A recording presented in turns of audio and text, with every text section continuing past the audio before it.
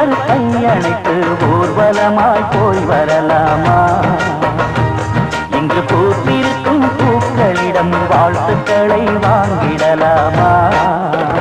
தென்றல் காற்றே ஒன்றாய் போவோம்,